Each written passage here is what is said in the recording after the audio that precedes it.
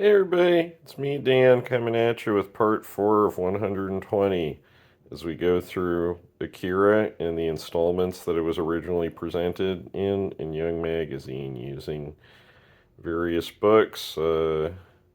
Few episodes we'll start getting to where I have some of the Young Magazines so we can look through those. It's going to be a lot of fun. So here's the original title page to chapter 4. Um, And so this chapter 4, I feel like, and a title page. So basically, this was serialized in a magazine. The magazine is like 200 pages, and it comes out every 2 weeks. It's called Young Magazine.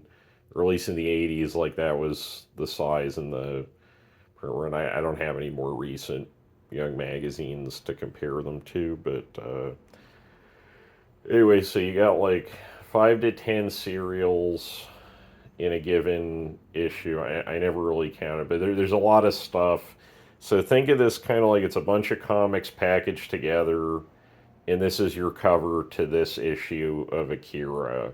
Um, each one of these is like 15 to like 25. I think 25 is the longest installment pages, and they do kind of read like little comic books when you go back to the original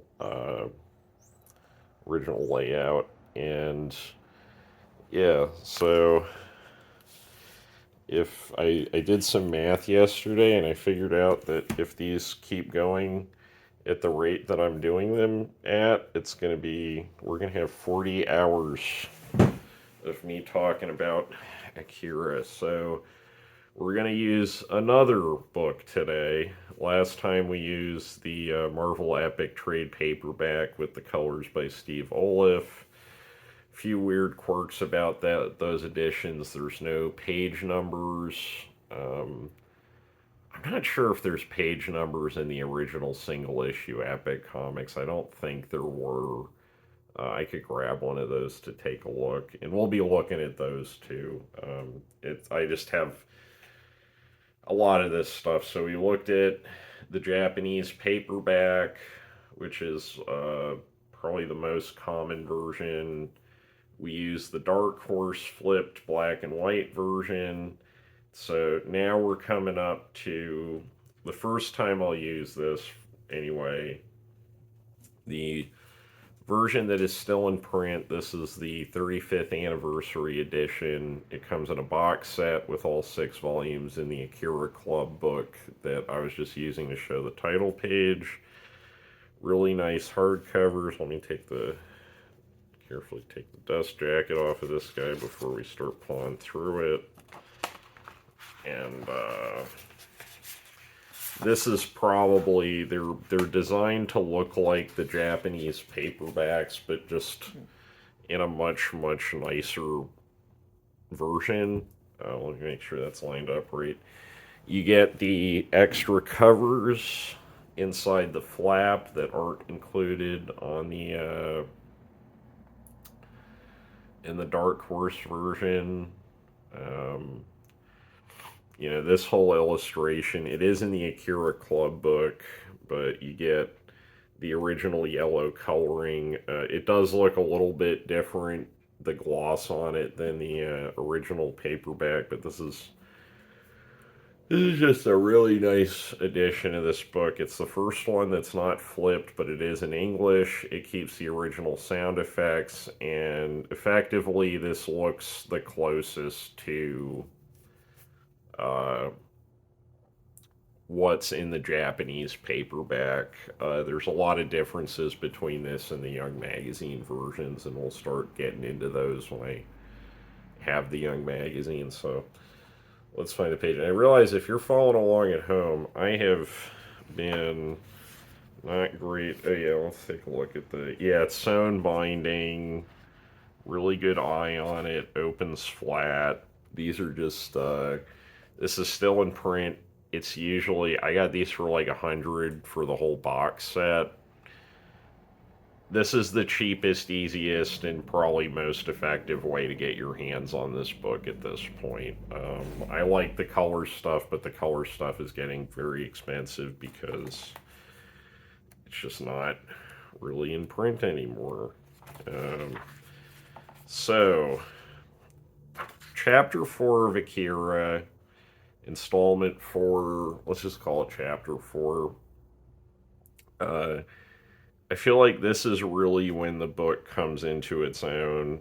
The reproduction of the pen work and stuff, again, looks very different than the Young magazine, but I think looks, or at least seemingly looks, what much closer to what I imagine the original artboard pen lines looked like. You know, you have the black there is a flat, complete black. There's no kind of dithering texture. It looks very clear and in focus. And presumably they still have all the original art and negatives for this. And I mean, I would presume so based just on how this looks as a reproduction. Like, this is definitely not scans of something. And or at least if it is a scan of something, it's like a very high resolution scan from a very high quality source close to the original. So here's the first page. So for everybody following along at home, this is the last page of chapter 3. It's page 66 in pretty much every version of it except the Marvel version. 67 begins chapter 4, and chapter 4 ends on page 85. So, yeah, this is where Akira becomes something really special. And honestly, like, in terms of death scenes in this comic book, and there are a lot of death scenes in this comic book. There's a lot of gore in this comic book. If you just ate or you're a little sensitive about that stuff, I don't know why you'd be watching a 40-hour commentary on Akira, but you've been warned. I love the texture stuff he does with like these leather pants that she has on. Like he's using, I think the guy's hat would be like Zipatone probably. Although I mean I wouldn't put it past him to have done that manually, but that seems like crazy. And the cross hatching here, that's all by hand. And he gets like a very specific cross hatching texture there. I think this looks better in the black and white, this particular section of the book. And yeah, like the difference between the just flat pen line for the, you know, her top, and then the chunky kind of like, I think he's using a marker in some of that, especially like in the title pages where it shows K. There's definitely some places where he's just using a heavy marker and kind of going very quickly, but for a specific effect, and it really sells the texture. And yeah, and I would say this is probably the second best death scene in the book. This sets up the stakes. If you didn't have this kind of ground level looking, you know, because this is just brutal. You know, she shoots this guy point blank in the head. Uh, and Kaneda, you know, he's like played around on the motorcycles, but he's never seen anything quite like that. And again, some really great, like heavy, like Paul Pope must have studied Kaneda's jackets in the beginning parts of this book, like for right, like that looks totally like something out of THB. And yeah, she's it's uh it's a lot different in the movie versus the book because this scene is adapted in the movie. I think the book does it a lot more effectively. Here it kind of seems to be implied like this is not the first time Kay has shot a dude in the head. Like, we get one panel of Kanata being like, holy shit! And then she's just like, alright, next thing, come on, follow me. Like, she's, she's been through some shit, I think, in this, at least in this version. The movie, it's kind of played off like, oh, this is this big. Um, in the movie, it's heavily implied this is the first time she ever killed a person, because she looks like very nervous and like sweaty and everything afterwards. Um, and I think like, oh god, I'm gonna spend so much time talking about these 2 pages, but these are an important 2 pages in this overall book. Uh, yeah, the kind of the weird way that you can subjectivize time using comic books that you can't really do in movies. You can't really do it in, you can sort of do it in prose literature, but like, sort of, this is all about 2 seconds of real time, this like page and a quarter, or maybe like 5 seconds. And yeah, and you can have like, and not all seconds are created equal in comics. Like, maybe that's the biggest difference between comics and film, is you can have like, this is the same amount of time as this, but this second is just bigger, right? And you can do that, and I think that might be the single greatest advantage of comics over other ways of telling stories. And yeah, he's Ryu's on the run. They're going through the shopping center. The kind of layout of the architecture is emphasized and kind of mirrored in the odd panel shapes, right? They're running down a corridor and you have this like narrow going to wide panel. And he does that for the second row too. Diagonal shots, so this is presumably POV from where Ryu's sitting. And so much detail in these crowd scenes.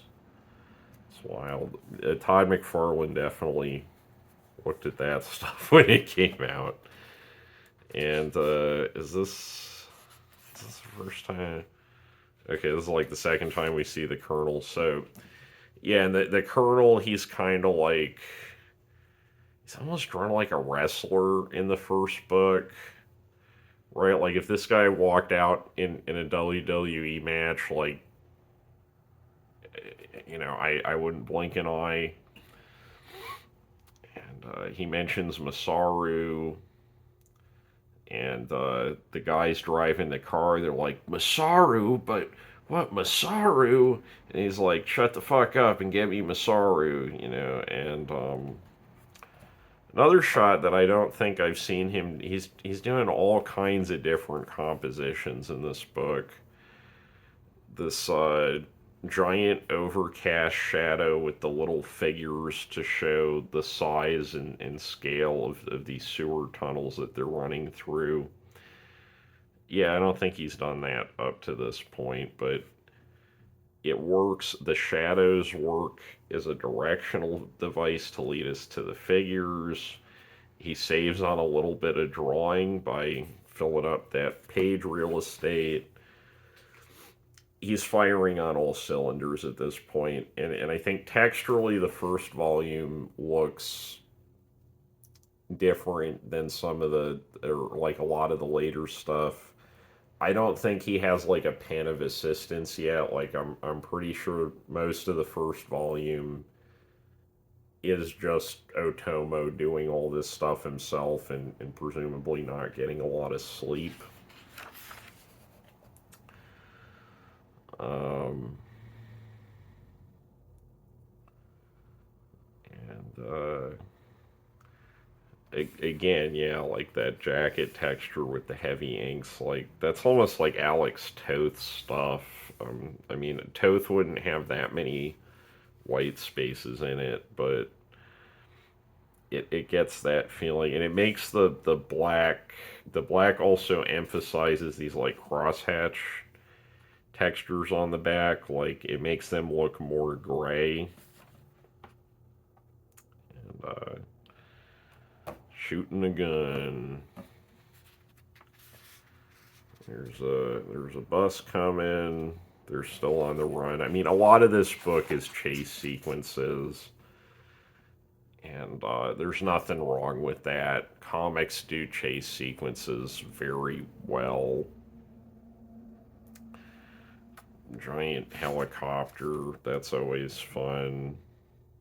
It's an odd shot of the launch pad. I feel like usually when I'm reading this, my eye just kind of like skips over that panel because I don't remember really looking at it. And like the storytelling in this is so clear that if your eye skims and you kind of miss a panel, like you're not gonna get lost really. You know, this is designed to be read very quickly as opposed to what I am doing right now. So yeah, I think this edition you can see the best like what the cross hatching textures that he was putting on the paper looked like. This definitely did not look like this in Young Magazine. Like, you know, I almost wonder if it looks like that in the Japanese paperbacks because the paper has a little more of a tint to it, and the pen lines are so fine that I'm not entirely sure they would be that legible in that version. But yeah, Ryu, they kind of set Ryu up as this like action badass terrorist dude in the beginning, and then yeah, he has like maybe the most abrupt character turn of like anybody in the book, but he does the you know what, if you're here, you've read this stuff at least once before, so some spoilers. Spoiler alert. The kind of climax of the end of the book mirrors this sequence to an extent, except instead of Ryu and Takashi, it's Ryu and Akira.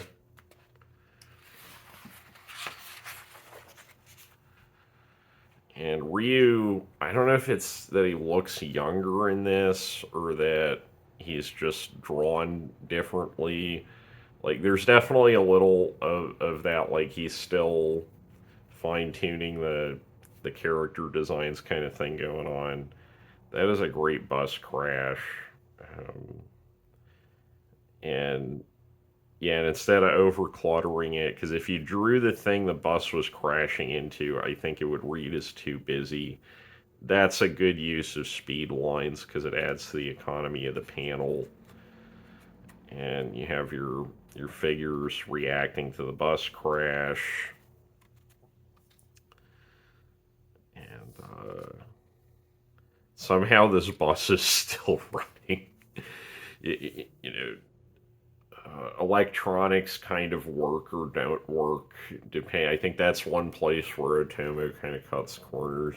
But at the same time, the tempo and speed that he wants in this book, if you stop for stuff like that, it would break the speed.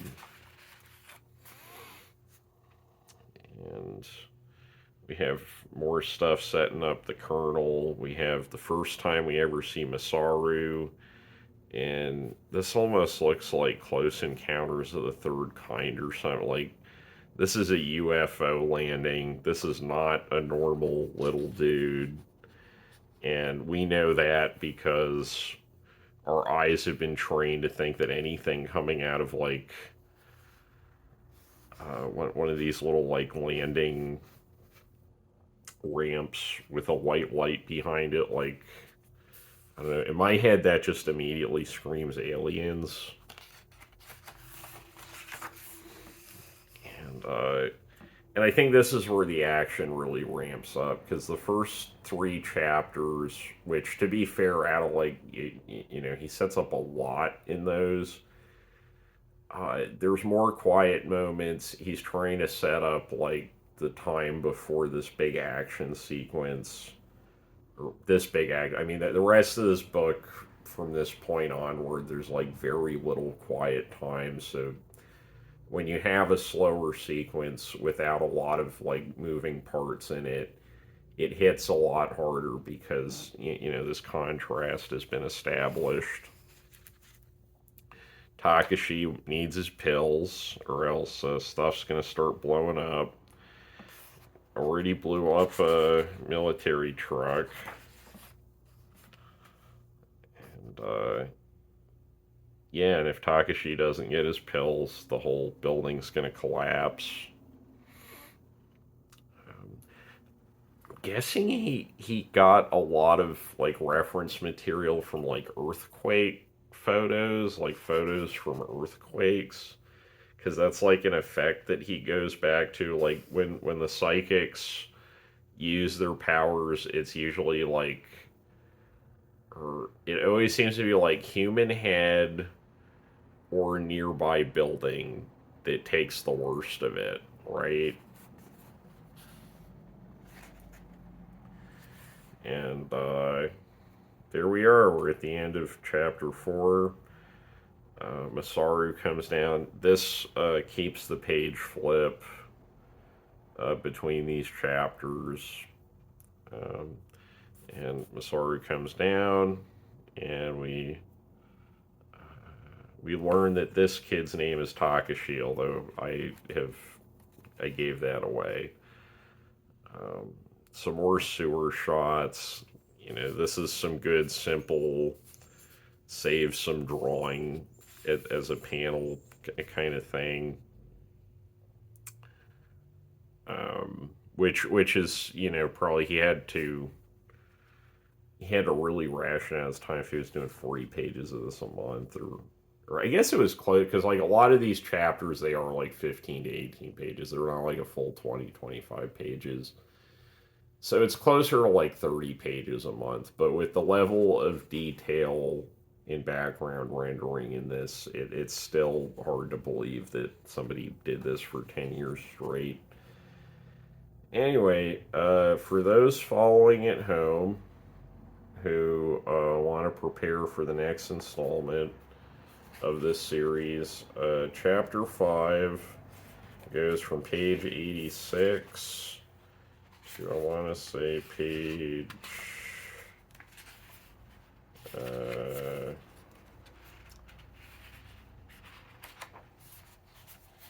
it's like page 86 to like page 105, I want to say, in most versions. Cool, so I'll see you back here. I'm doing a marathon recording session today, so maybe a bunch of new episodes up really soon. And this show is brought to you by the books and comics and records and tapes and CDs and lions and tigers and bears, oh my, that I sell from my store in sunny, scenic Ballston Spa, New York. If you haven't planned to visit, why not? Now's the time. Anyway, I'll see you in the funny papers.